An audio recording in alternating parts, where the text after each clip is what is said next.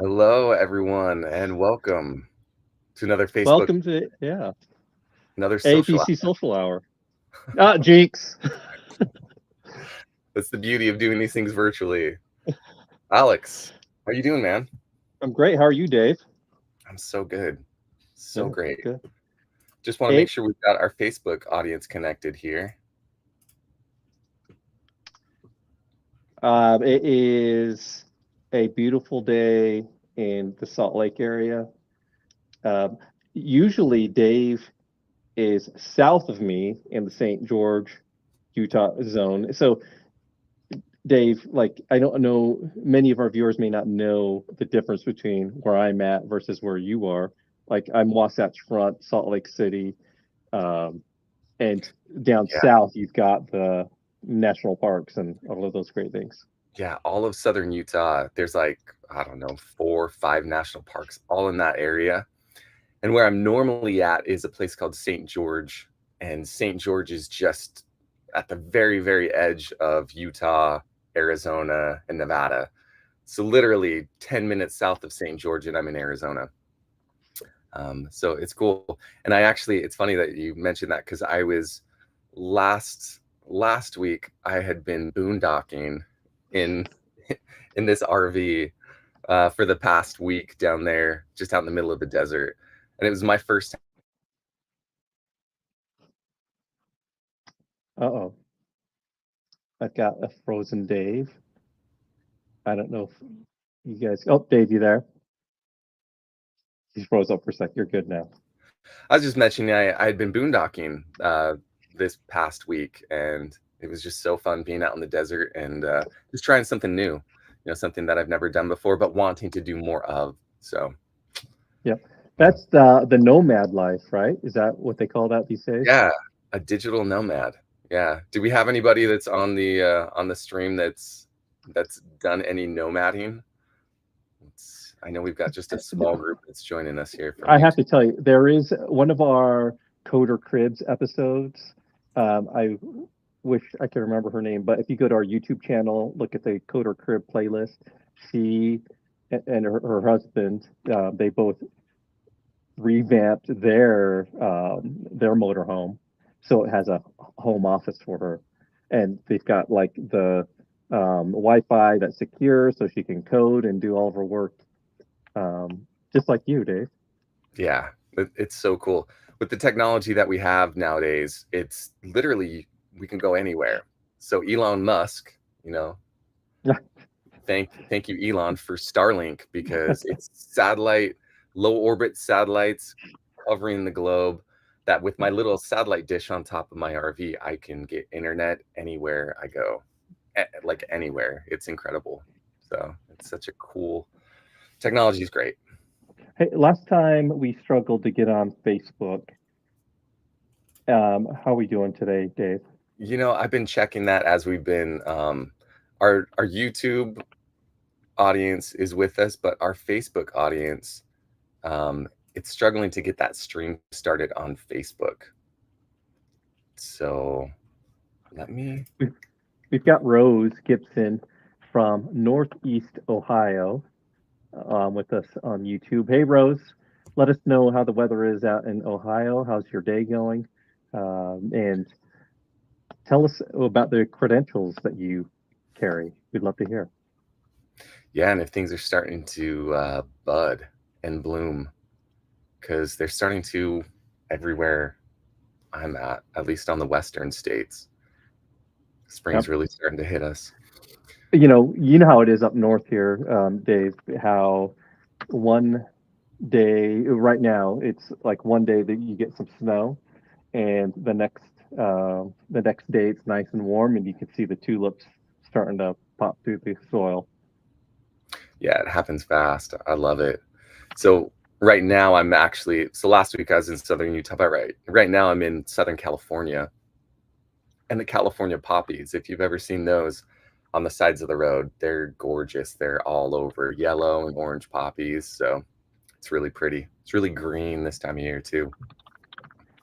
Hey, as you're working on that for Facebook, Dave, I am going to post a link in the Facebook group to the YouTube, the YouTube broadcast. Yes. Um, Yeah, it's really odd that it's just struggling to get us connected to Facebook. And that's where the majority of our audience watches from. So those of you that are watching us on YouTube, it's just a small group. Typically, we have a much larger group on Facebook. So if you'll bear with us for a minute while we see if we can get that. Did you find that share stream link? Um, Me, yeah, you're asking that.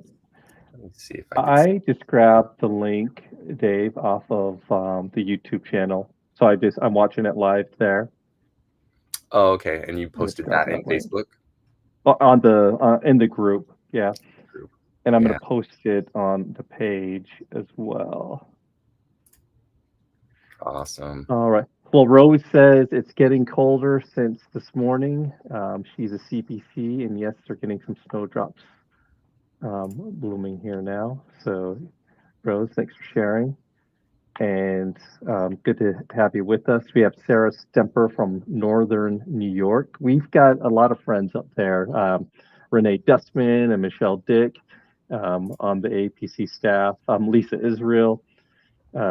Sarah, where in Northern New York are you a Bills fan? That was kind of a big topic last social hour because Michelle Dick, diehard Buffalo Bills fan, she's in mourning. Season cut short. So let us know, Sarah. All right. And Oops. all right, I'm gonna share the stream on the Facebook page. Cool. Yeah, I see it on there. Oh, you see it on the Facebook page? Well, It's I see your link there that you posted. oh in the group. Okay. Yeah. All right. Yeah. Okay. We'll figure this out. We'll get there. Yeah. We'll get Thanks it. for your patience. Yeah, thanks everybody. Brainwave University. Hi, I need to get certification for coding. So which certification is best? Well, that's a great question. Our CPC course is probably the best place to start. We actually have our virtual instructor-led training courses, which are like a hybrid. You attend a class every week with a real instructor online. And then during the week, you have a few assignments that you do, and then you meet every week to kind of talk about each chapter. And that's a really great program. If you're looking for something that's a little more hands-on, a little more than just a self-paced course, our virtual instructor-led training course is a great one to look into. So jump on the AAPC website, and under certification and training, you can find all of those different options. So we also have a fundamentals of medical coding course, which is like the precursor to our CPC course. So if you need a little bit more background about anatomy and pathophysiology, that's a really great one to start with. So good question. Sarah says she's a new fan of the Bills. All A new right. Nice. You know, Dave, my first time in New York, I remember it was a business trip many years ago, and I went to Lake George. I knew nothing about that area. All I knew was what I saw on TV, like crazy skyscrapers everywhere, and like Manhattan Right. and all of that. And Like to on Home drive Alone, to right? yeah, and then to drive or to go north, it was lush, beautiful, and I thought I need to get back here. So what a beautiful area, Yeah. Sarah. Yeah, upstate New York is gorgeous. I've only been there once when I was much younger. I was a kid. I need to go back there though and really explore it. Even all of the East Coast I'm so unfamiliar with. I spend a lot of time on the West Coast and in Texas and the South. Yeah. Yeah. Well, I have the um, I have the link posted on the Facebook pages, so Yeah, looks like hopefully people catch that. our numbers are rising. All right, That's all good. right, And we'll all get it right. figured out. Those of you that are joining us from Facebook now watching on YouTube, we just had some technical issues with streaming at the same time to YouTube and Facebook. It worked for the first couple weeks, but We might have to set that up again for next time. So Yep. It posted on Facebook a still image of us, of what we're looking at here. And I look like I'm about to sleep. You look great, Dave, but I'm about to got my sleep mouth from that. slightly open. Yeah, nice. It Yeah. just took a shot of how whatever state we were in. It's great. Hey, and Dave and I talked after our last episode or broadcast, and we felt like we had it so jam packed. We've had the new overhauled version of Social Hour so jam packed, and we wanted to create more space in there. So we've got for this edition or this webcast, we have Melinda Craig coming in shortly to share what's going on in the services side, and we have nurse coders joining us today, which is going to be amazing. I met Christine Gerber. She's a nurse who is a CPC as well. I met her at HealthCon in Nashville, and she was on fire, just wanting to connect with other nurse coders. And I thought it would be interesting to hear how a nurse falls into the revenue cycle side of things and what that's like, what challenges they face, and hear how that journey's been for them. So we've got them coming up in about 15 minutes. Yeah, it's a great lineup. Some of those people are members of our national advisory board, right? Yeah, yep. Some good experience across the board. Oh yeah, Jennifer Lavoy and Yvonne Ellison. She's on the BOD. So we got BOD and NAB actually, and I'm excited to hear what they have to say. Angela Tarantino says still not on Facebook. Just figured out how to join join to be able to chat. Nice. We're glad you joined us. Yep. Trying to figure it out. Thanks for sharing, Angela. But I guess we can. Melinda. Well, I see Melinda, and she's got an awesome background. Melinda, give us a thumbs up if you're ready to hop on. All right. All right. So you're in.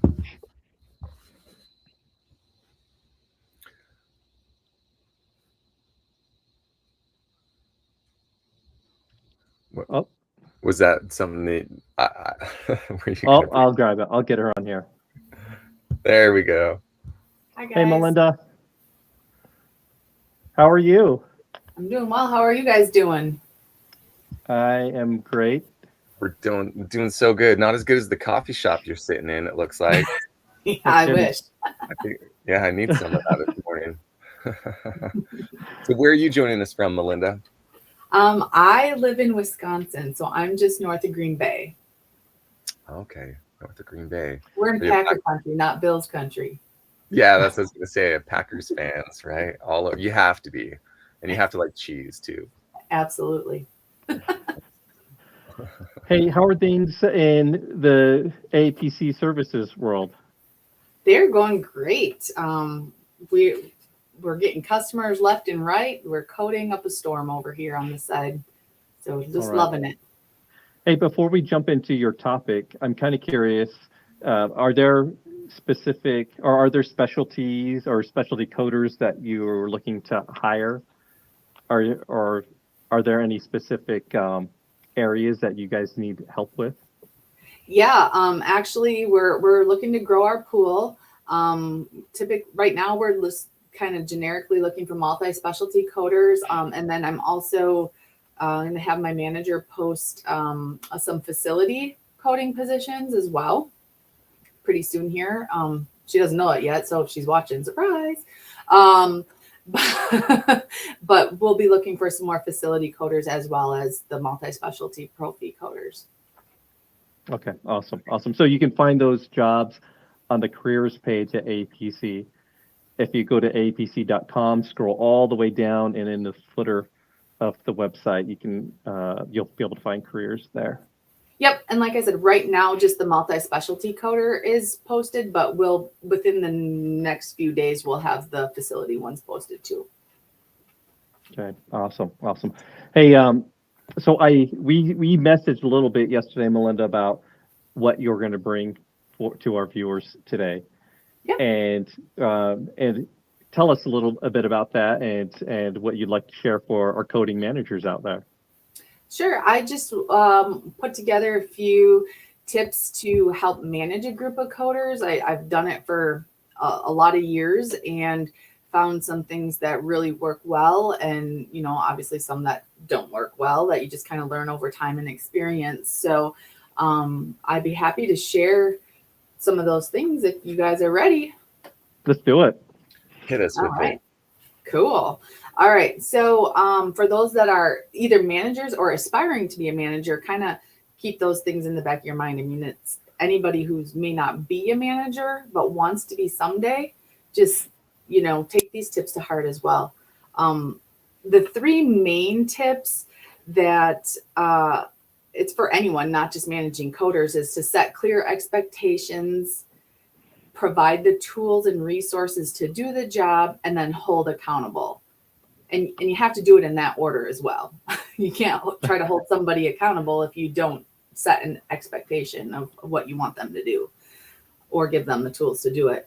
But those are true for any type of job. But for more of the softer type tips, the things that really kind of hit home and worked well for me while I was managing a large group of coders, are just remembering that the coders are humans. They're not just robots pumping out charts.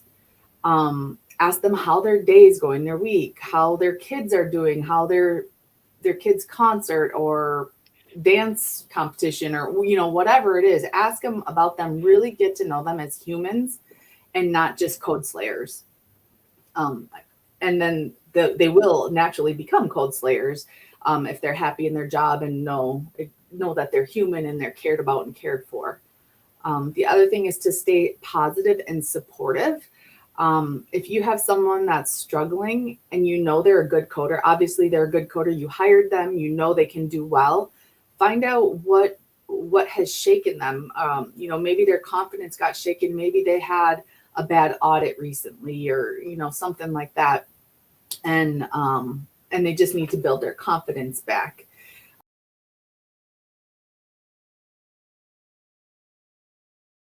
Goals for them. I know see the screen changing. I don't know, guys, are you still there?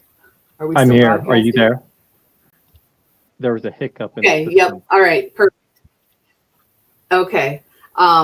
So anyway, some things that I found super, super successful was like setting mini goals for those coders that may be struggling. Like, for example, we all have accuracy or productivity goals. If somebody dips below whatever it is that your standard is, maybe give them mini goals to achieve. Like, say you have a 95% accuracy goal and they were at 90. And instead of going from 90 to 95 right away, saying, you have 2 weeks to get back to 95, maybe say you have 2 weeks to get from 90 to 92. And then, it's easier to go to 92 than it is to go to 95. And then be like, yay, be their cheerleader when they achieve that mini goal, and then step it up. Okay, now you've got 92. Let's go for 95.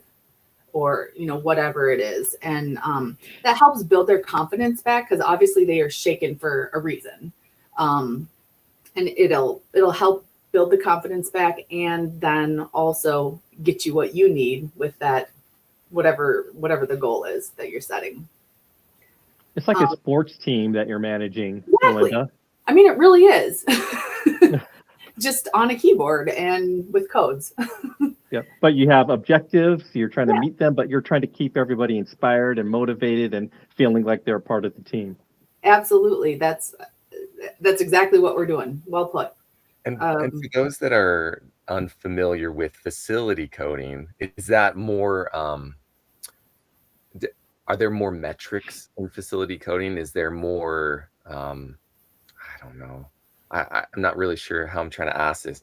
Is it more of an intense type of position where it's like you really are needing to hit those numbers and your productivity needs to be there? Or does that just depend on the organization? I would say it's the same whether you're doing facility or profi. I mean, you're going to have, what goes into those numbers is going to be different, but you're still going to have an accuracy expectation. You're still going to have a productivity expectation. It just might be achieved a little bit differently. So. Mm. So with the facility, is there a wider variety of things that you're coding for? Oh, absolutely. There could be. And every facility is different. You know, some are very siloed where inpatient will only code inpatient and ambulatory surgeries will only code ambulatory and ER and so on and so forth. And then there's other organizations where folks are cross-trained, where you might code anything from an ancillary service all the way up to an inpatient or an inpatient rehab or something to that effect. So you really, and your productivity is really going to vary, and you need to have an all-encompassing kind of tool to capture that depending on what your people are going to be coding. Because I mean, a facility inpatient chart, you're likely going to do 2 an hour, where in ER you could probably do more closer to 12 or 15 an hour. So it's just kind of going to depend on what you have your coders doing and if you're siloed or not. Cool. Hey, Melinda, I'm sorry. Go ahead, Alex. Oh, that's all right. Hey, I was going to ask, how do you encourage physical wellness? I mean, we're talking a lot about mental wellness, you know, by staying connected with the team and things like that. Like, do you do things to encourage your staff to move and stay physically well? I don't have like I not really. I don't have a set thing. I kind of put that on themselves to motivate themselves, like get up, walk around. I mean, I don't say, oh, you have to sit at your desk for 8 hours a day. I mean, I certainly don't do that. I very much encourage, you know, coding is a very mind challenging job. So sometimes you really just need to get up and walk away. And I encourage all of our team members to, you know, if you're working on a really hard chart and you just need a break, get up, walk away, go walk around the block or go run up and down your stairs or whatever you need to do, and then come back and finish it up. And really that does, it helps the coding too, because it clears your mind, gets you refreshed, rejuvenated, come back, and then you can be like, oh, whatever you were stuck on suddenly is clear again. So I don't necessarily say, hey guys, make sure you get up every hour and go take a walk or something like that. But I do encourage them to take it upon themselves, know their body, know when they have to get up, stretch, walk away, so they can come back and have that clear mindset. Yeah. Even just taking little breaks visually to focus on something that's more off in the distance rather than, you know, your charts and everything that's right in front of your face, because that can lead to that brain fog too. If you just you almost fall into your computer, you know. So, yeah, absolutely, 100%. Yep. So what other challenges do you find in like facility coding that maybe you don't find elsewhere? Just curious. I mean, I think the challenges are the same across the board, whether it's profi or facility. They're, you know, finding credentialed coders, the hardest thing is finding people to do it. So, I mean, here's a plug for us to our people watching, go out and get your credentials and so you can join our team. There is definitely a shortage of coders out there, and they need facilities, offices, physician offices, they need coders to help. People like us, third-party vendors, we need coders. So definitely go out and do it. I don't think there's any specific challenges. It's just a different mindset, the profi and facility coding. I mean, it can be done by both things can be done by one person, but it can be a little challenging. You just have to be able to flip your hat. It seems like it's been more challenging, or it can be more challenging to find specific facility coders. Is that true or false? Or it just depends on the situation at a profi office? I think it depends on the situation, and it depends on if the organization itself is willing to take the time to train somebody. The organization I used to work for, I love to hire fresh out of school, freshly credentialed coders, because you didn't have to untrained bad habits or anything like that. You could train them how you wanted to from the start. So I think, I don't know. I think Okay. it's, if you got the Depending- skills, you got the skills, and you can if you plug got them the in anywhere. skills, Dependent, you can do it anywhere. Yep. And I That's think a lot of it too is kind of how you start your career path. Some tracks go more towards the facility side and some go more towards the prophy side. So when you're thinking about those credentials that you want to start working towards or whatever, you really need to think about which path you want to go down, because that'll make the difference as well. Yes. Oh, go ahead, Dave. So many special. Well, I was going to ask a related question, but about international opportunities. But you go ahead and ask what you're going to ask, Alex. There's a member asking in the chat, I'm a CTC and frequently working in FQHC. What would you suggest my next certification should be? Any thoughts, Melinda, on that? We actually have several CPCs that are working on our FQHC projects. So, I mean, I think you're right on the right path. You might want to go for one of the outpatient facility credentials. But I mean, I think you're fine where you're at. I have a couple CPCs doing FQHC work right now, and they're doing just fine. Okay. Awesome. Good question. Well, Melinda, thanks for all of those awesome tips. Sure. And hopefully, I'm sure that there are coding managers who are watching and will find this as awesome support. And I'm just looking at your notes now, and they could become a great social media campaign on coding management. I might talk to you about that, Melinda, offline. Okay, no problem. Yeah, one more tip I just want to throw out there real quick before we go is feedback. Make sure you're giving feedback constantly, whether it's positive or constructive, because whether coders like feedback, whether they outwardly appear that they want to receive it or not, they don't want to just be left hanging. I've worked with hundreds of coders over my years, and they thrive on that feedback, whether they're mad in the moment or not, if it's constructive. But coders are perfectionists, and they if they're not being perfect, they want to be perfect. So lots of feedback. Now I'm done. Thank you so much, Melinda. You're awesome. Thanks for taking time to hang out with us for a few minutes and sharing your expertise in the management world. Yeah, no problem. Thanks, guys. I appreciate it. Thanks, Melinda. Okay, we'll see Bye. you. All right. So interesting. There's so many different dynamics to different organizations and facilities that need coding. There's pro-fee coding, and there's a lot of opportunity. And from what it sounds like Melinda's saying, the hardest part is finding people. So just getting people who are certified, who can do a good job. Yeah. Yep. And getting those, there's some folks who struggle with that job experience. And we always recommend Practicode, connect with your local chapters and build those relationships. Those lead to first positions, just networking like crazy with the coders in your area. And we also have Project Extern, which is currently being overhauled. But I know it's available in certain areas. But if you Google AAPC Project Extern, that could be a good path to getting your foot in the door. Yeah. All right. Well, for this next segment, we have an all-star lineup, and looks like they're all ready to go. I see them all there. Let's bring them on one by one. We have Jennifer Lavoie. Hello. Hey, Jen. Hi. We have Yvonne Ellison. Hi. Hi, Yvonne. Christine Gerber.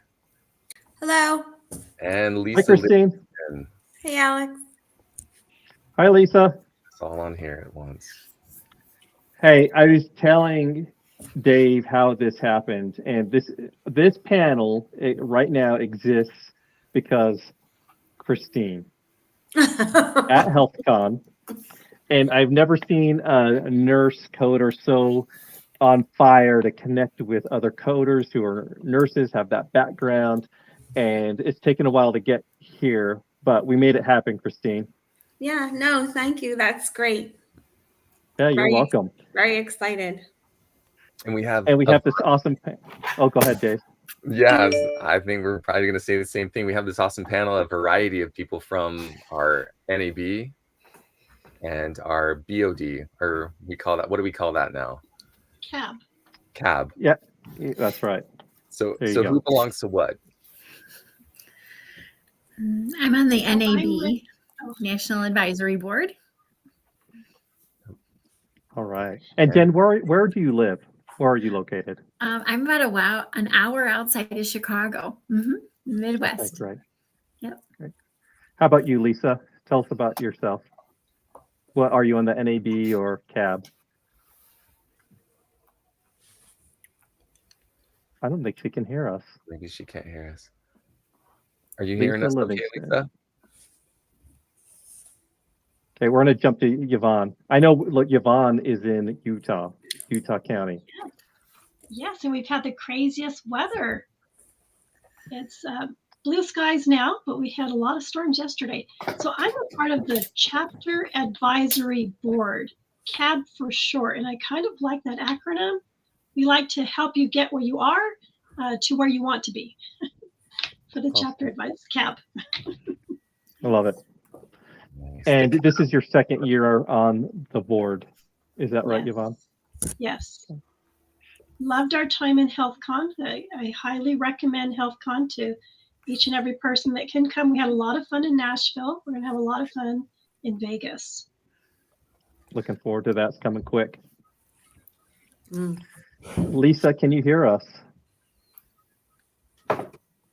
I'm going to write a note on my notepad and maybe suggest that maybe she's got her sound off.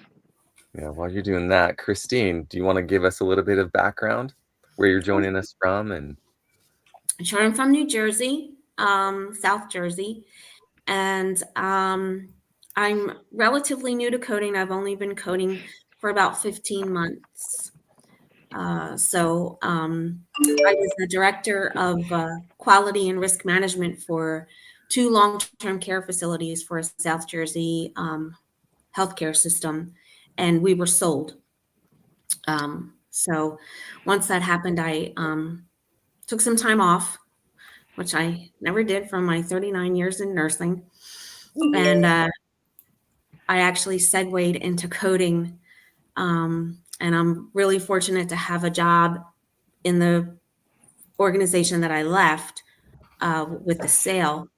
But and I'm a VMG. I'm a professional fee coder. I code for pulmonary and critical care. I want to hop in, Christine, into your path a little bit more, but I think with this whole panel, well, first off, we're going to do this. Lisa, can you hear us? She's as cool as a cucumber. Okay, she can't hear us. I'm going to just write log off and log back on, but let's start. Jen, would you tell us a little bit about what led you to hop into the revenue cycle from nursing? Yeah, absolutely. So I actually started my career. I had a degree in corporate communications, and I was in sales and account management of actually computer hardware and computer software. And then along the way, I heard the calling to be a nurse, and I wanted to be a hospice nurse. And so I went to school to be a nurse when I was in my 30s, and worked as a nurse for a few years. Then I went and worked at a pharmaceutical company in the bioscience division, manufacturing, where they manufactured pharmaceutical products. And I did the FDA audits. And so from there, along the way, found a job in HIM as a nurse auditor. So I thought, I'm a nurse, I've done auditing, let's see where this goes, right? So it's just a different language, different set of rules from the FDA. But it was there in that HIM department that after doing that for a couple months, they said, maybe you should think about being a coder. And I thought, all right, I'll kind of check that out. Whew, I have to say that CPC test, I remember taking nursing boards and taking coding. I was like, that was a challenge. That thing was hard. And so my hat's off to anybody that can do these coding certifications. It's fantastic. But, I got more involved in those CPT codes, those charges, those HCPCS codes, the revenue codes, and how that all fits in with the diagnosis codes and reimbursement, so really tying revenue cycle together. Along the way, the industry evolved and I found myself in revenue integrity, which kind of at some health systems, it blossomed out of HIM or billing. And so, I found myself in that space. I've worked for software companies. I've worked for health systems. I've done consulting, but right now I'm the director of revenue integrity at Rush in Chicago. So, yeah. Okay. And how long, when was your sort of crossover when you combined it to like nurse coding? Yeah.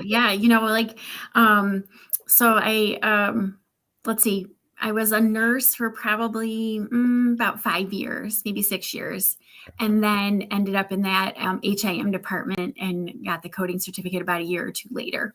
Okay. So yeah, it was a few years in between, but definitely handy. And I recently just started a division here at Rush, hiring nurses into revenue integrity. So with the intent of, essentially connecting the dots between the clinical care, the documentation, the codes, you know what I mean? Like, I think more health systems really need, whether it be coders or nurses that understand codes, just those people that understand that clinical care.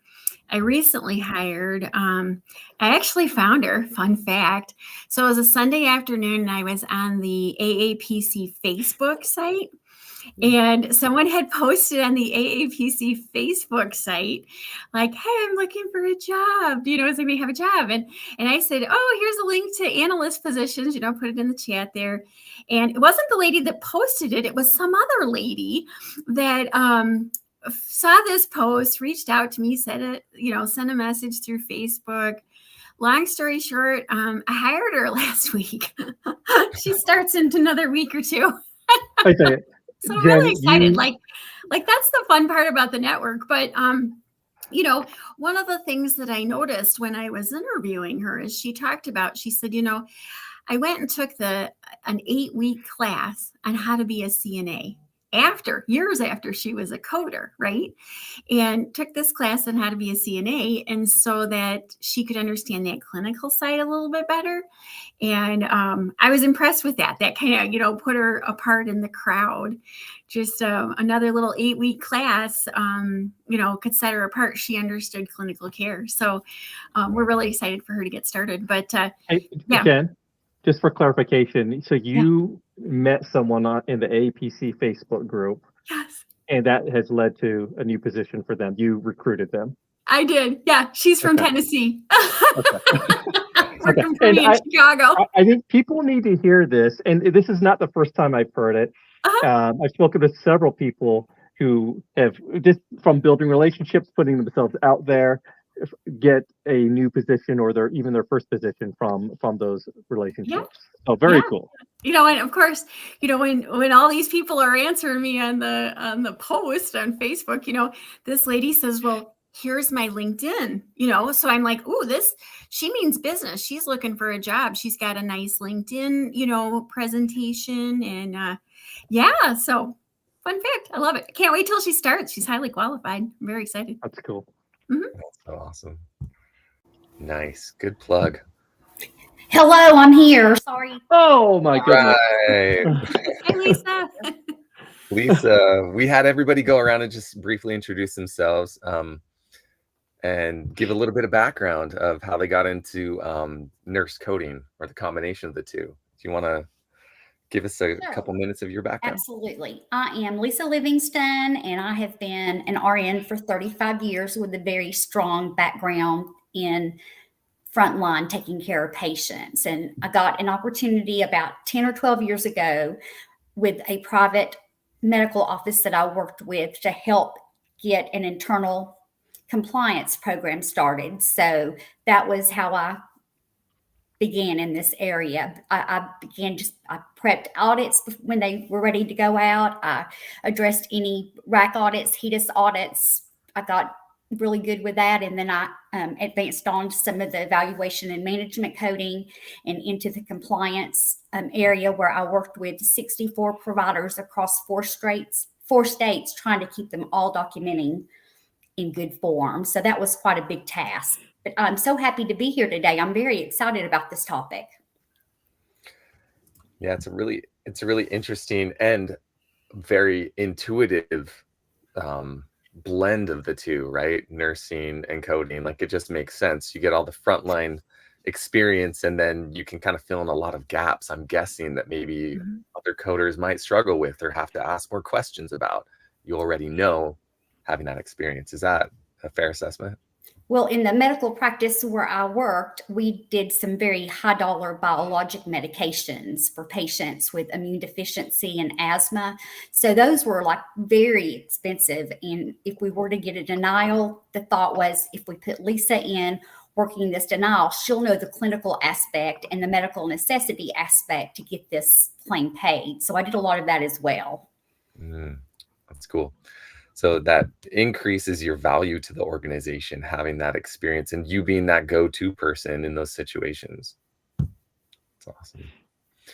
So Yvonne, I can see you on screen, but it looks like you're either really still or your camera's just been frozen for a minute, but you can still hear us, right? Maybe not. Her camera just blinked. I don't know what that means. Like blinked Dave, on cue almost. I'm gonna hide her from the stream and bring her back in, see if that does anything. That's great. So I wanted to get back to Christine. So your transition has been really new. How many months did you say it was? I've been coding for about 15 months. I was hired November 2022. So prior to that, you said you were fully on the front lines nursing, right? I was administrative just prior to coding. I was front lines for 13 years as critical care. And then I segued into external case management, did some internal case management for about 6 years. And I was an educator at one point in between there when my daughter was younger. And then with my organization, I actually got fortunate enough to be placed in a position of a quality risk director for 2 long-term care facilities covering 308 beds. And I was responsible for our Joint Commission accreditation, our regulatory compliance with the Department of Health with all of our surveys. I was responsible for our medical leadership governing board. I actually facilitated that with credentialing our physicians. And then I had all kinds of arms and legs and whatever other appendage I could have into education and then compliance and kickoff of various initiatives within the organization. We did HRO, we did high reliability organization kickoff. We changed cultures like 2 or 3 times within my 17 years of being that director. So, and then we sold, they sold both of the facilities. I work for nonprofit. The organization is a nonprofit organization, and we sold to a for-profit. So the structure and the culture was very, very different. And there really wasn't a place for me in the new organization. So I took the opportunity to take some time off, and I took a couple months off and bought a puppy and did a lot of gardening. I own a farm, so I was, busy with that. And I segued into being very fortunate of having a wonderful woman interview me when I applied for a coding position on our organization's website external, because I was an external candidate at that point. Mhm. And she took a chance on me and told me what I had to do. I was interested in coding, and I needed to actually figure out what steps I needed to take to get to be a coder. So I was very fortunate to have resources within the organization from being, in the organization for over 20 years. Yeah. And there was a inpatient director that actually led me to my current director now, who explained, well, if you want to do coding, you got to, do this and this and this. And I spent about a month and a half doing all that. And then I sat for the certification and I passed, and she hired me. So, and I work from home now, and I work in a great team, great group of people. And I have just learned so much. And I got in Alex's face in Nashville. We had a great talk. As everyone should, yes. And get in his face. And he was such an intent listener, because I have had these thoughts. I'm the only nurse in my department. And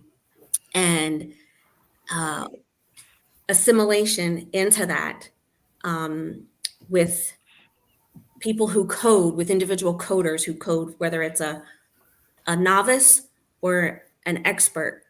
And then me with my clinical head, really, I had to transition some of my thought processes, and they had to reel me in a little bit, from a coding perspective.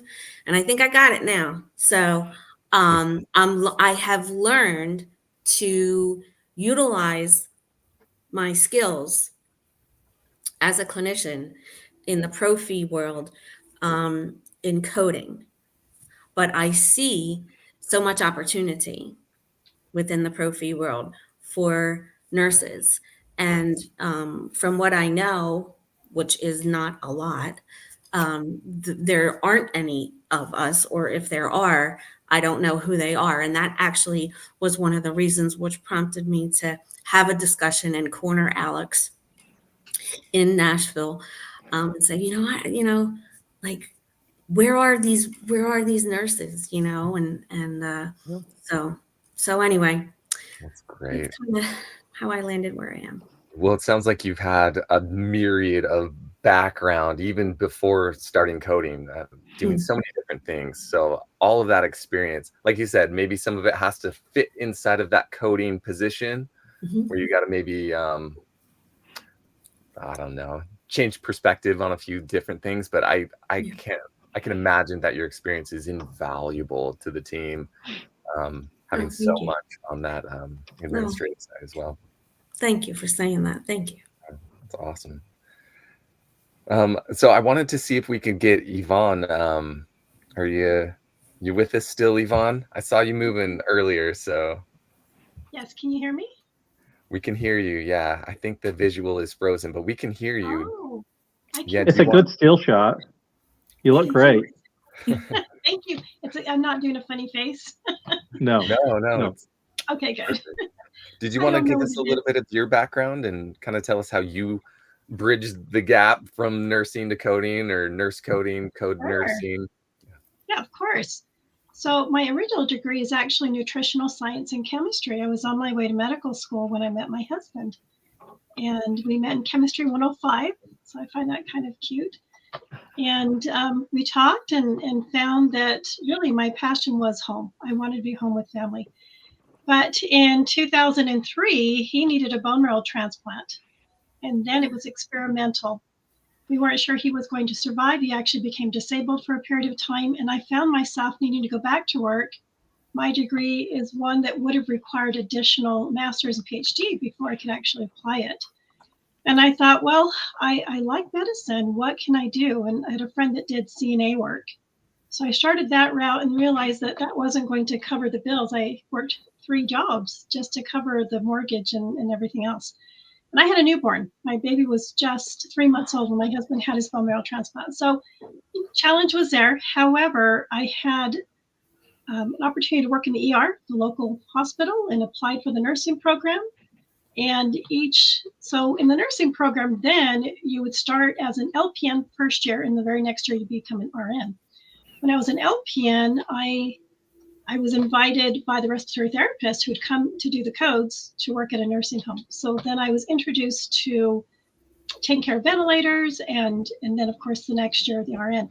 So because I was older coming into the field, I had many opportunities open up, and I was invited. Nursing, there's a shortage, and so the cardiac floor needed someone, and even though it wasn't really my specialty, they said, come, we'll teach you, and they did. So that became a specialty, and that happened throughout the hospital. At one point, the doctors noticed that that I liked learning, and I loved talking with people. So they invited me to part of their hospital's coordinator group. So those are the doctors that come and see the patients once they're in the hospital. And it was great. I loved it. I love patient care. I love helping to bridge that gap between not understanding what's happening and helping the family understand what's happening in the process. But I also have rheumatoid arthritis, and it got to be a little challenging to walk around as much. And so I saw an opportunity to move with the state. And at the time, I didn't realize it was the inspector general. It was kind of a vague posting. They needed someone to come and look at records. They were looking for nurses. I applied. I was accepted. Wasn't quite sure what I was doing when I accepted the position, but it felt right, and it was a desk job. So I joined OIG, Utah Office of Inspector General. It's been a big learning curve. It was required for me to learn medical coding. I had the choice of a boot camp or going to the community college. And so I did the community college route. And of course, they want you up and running. You're a nurse, you need to know everything. And I didn't. And I still, 5 years later, I'm still learning. And that's what I love about AAPC. I started to come to the chapters quietly sitting in the back. Well, actually, I sat in front, but I was quiet. Not really quiet. I asked questions. I'm inquisitive. I need to know everything. And that got the attention of the officers. The chapter was about to close. They were missing a VP. And so they reached out, and I said, I really don't know anything. They said, that's okay. Come, we'll help you. And that's how it's been. So I became the vice president. And of course, the end of that term, I was told everyone else had been officers too long, and I was going to be president. So I was in a new role. You were told you were going to be president. Nice. Yes. Wow. But I had a fantastic group of people who were new officers. I was the only one that had the 1 year of experience. But because they had a passion for sharing their knowledge, for helping connect the chapter members, it actually was a great team. We served for 2 years. And then I was invited to be a part of the chapter advisory board. And I told Marty, I don't know what I'm doing, but if you need me and you're willing to, if it's going to be consistent as AAPC has been, I jumped feet first, dived right in. And it's really been like that. A part of what we do is understanding expectations, and then understanding your resources, and truly between not only knowing that there's people that are going to support you. So Christine, this is something I definitely know that you're seeing, and I would love to meet you in HealthCon in Vegas. But it's the resources, meeting people, and people are enthusiastic. They want to share their knowledge. And every opportunity, especially HealthCon, you have opportunities to develop further. It's so fun to talk with the doctors and the presenters, the attendees, and even in between the sessions to just stop and start up a conversation. I enjoyed visiting with Alex for a very brief moment. I had someone who fainted, and so I was able to still use my nursing skills to visit with that person. So the application is still there. I think with having the education has helped with learning the coding, applying it, but it's also helped, it's knowledge, and the acquiring of knowledge continues, right? As a nurse, you're novice when you first start a new area, but then you develop until you're proficient, and then competent, proficient, and then expert. And that's how it is, I think, with coding as well. We start new, it's fresh, but then as we lean on people around us and we have that networking, we build that knowledge. to the point where we can share with others. So I do auditing, and it's not always the same area. Sometimes I'm looking at, so it's Medicaid billing, but I'm looking to make sure there isn't any fraud, waste, or abuse happening. It's a totally different area than I thought I would go into for nursing. So I need to be an expert in many things in a very quick time. And so knowing my resources of who to reach out to has been key. And AAPC has been my favorite resource, not only through the chapter because of networking, HealthCon, I stay in contact with people that have presented and that have attended, and I have my resources. So I just think that this is the beginning of a wonderful building foundation where you're going to add and add and add, and sky's the limit. With healthcare changing and so dynamic, and coding changing, we need each other. We need that networking. Yeah, the networking is huge. Well, and that's, I mean, it's interesting. Each one of you have sort of plugged different areas of AAPC and what we're here to do. And it really is for you. It's the networking at HealthCon. It's the networking at local chapters, even our AAPC Facebook page, right? You can get a job from posting something on there. So it's so cool. And I love the idea that, you know, we really do never stop learning.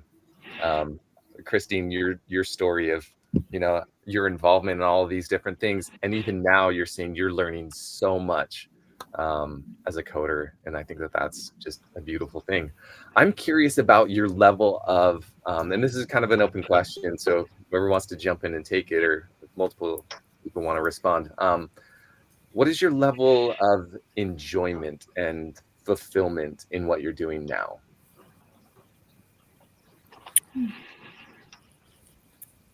I'll go.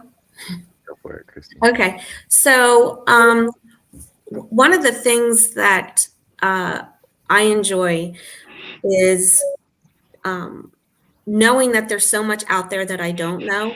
And because I am a lifelong learner, I know that I have the resources, and I know that I can go to these various resources, whether it's a person, whether it's a website. I think also I'm kind of sort of waiting for more of these moments in my position currently, but I also enjoy being needed, like as a nurse on the team, because coding, you know, whether it's, you know, novice level or expertise. Coding is coding, but as a nurse, very frequently, I guess maybe I should say intermittently, there have been some coders in my department that have reached out with a question, or, hey, Christine, you know, I'm reading this as, you know, pneumonia, but the doctor's saying this, that, and the other thing. And because of my experience as a nurse with a clinical background, and then I always, which this is another part of enjoyment, always throw my quality risk hat in there when I'm reading any note, because I see all the opportunity for performance improvement with that. You know, whether it's a physician, whether it's us reading it, you know, I can see what's actually not on the page, and the coder sees what's on the page, you know. So I do enjoy being needed and used as a resource for the experience and the knowledge that I have in my foundation. And then I do enjoy the lifelong learning that this is providing, because I think Yvonne actually kind of segued a little bit where she had said, you know, as nurses, you learn it, you know it, you do it, and then, you know, you sometimes will go on to something else. I find in coding, I guess because I've been in nursing so long, I find in coding that it's continuous learning. It's almost like every day I pick something up, whether it's in the ICD-10 book that I'm looking at, or the CPT code book, or right now I'm involved in the EM AAPC course for certification. So it's pretty much more consistent. Maybe it's because I'm still relatively new to coding, or I'm a novice, that I am, picking all that up. But those, I think, are two enjoyable points, I would say, off the top of my head, as being referenced as a resource and the learning piece. Yeah, love that. That's awesome. I think we all kind of have that intrinsic need to feel like we have a purpose and to feel useful. And you bring a ton of experience to your team, so that's beautiful. Lisa or Jen, any last final? We're about out of time, but any final thoughts of what nurse coding has done for you or means to you? I concur with what Christina said, as well as Yvonne. And if you're thinking about making a change, this is definitely an area that you need to look at. It's ever changing, opportunities to learn. Right now, I'm getting ready to sit for the AAPC compliance certification. So, Yeah, man. I would agree. And just to tack on to that, I think it's a great way to connect the dots for revenue cycle, for health systems. It's a tough business these days to get that money pouring in for the care that we've already provided. And so you can make a big impact on the finances. And I find that to be very rewarding. They provide a fair and accurate bill to our patients. Each patient gets a fair and accurate bill because of the work we do, connecting those dots between the codes and the clinical care. So yeah, I love it. Thank you. Cool. Well, thank you, Jen. Thank you, Lisa. Thank you, Christine. And thank you, Yvonne. It was great having you on here and sharing your experience, your just another aspect that people can think about and be like, oh, I have some nursing experience. Maybe I should get into coding. Love it. So thank you for joining us. Thank you so much. fun. Have a good Bye, afternoon. guys. Have a good day. Thank you. All right. Well, Alex, There we go. that was a good We'll session. Really like We'll hearing. get this Facebook thing figured out. Yeah, we'll get it figured out. The next ones that we schedule, we'll do a little bit more testing to make sure that we're getting on Facebook and we don't have to post a link like you did, Alex. Yeah. But good, quick thinking. Well, Well, thanks everyone for joining us. Alex, any final words? No, I'm looking forward to getting into spring, warming up a little bit. And it was so amazing to hear all those nurses transition into a coding career. And it looks so different across the board for all of them. So there's a lot of opportunities at whatever path you take with medical coding in the revenue cycle. Awesome.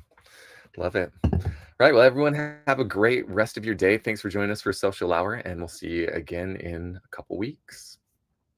See you, everybody.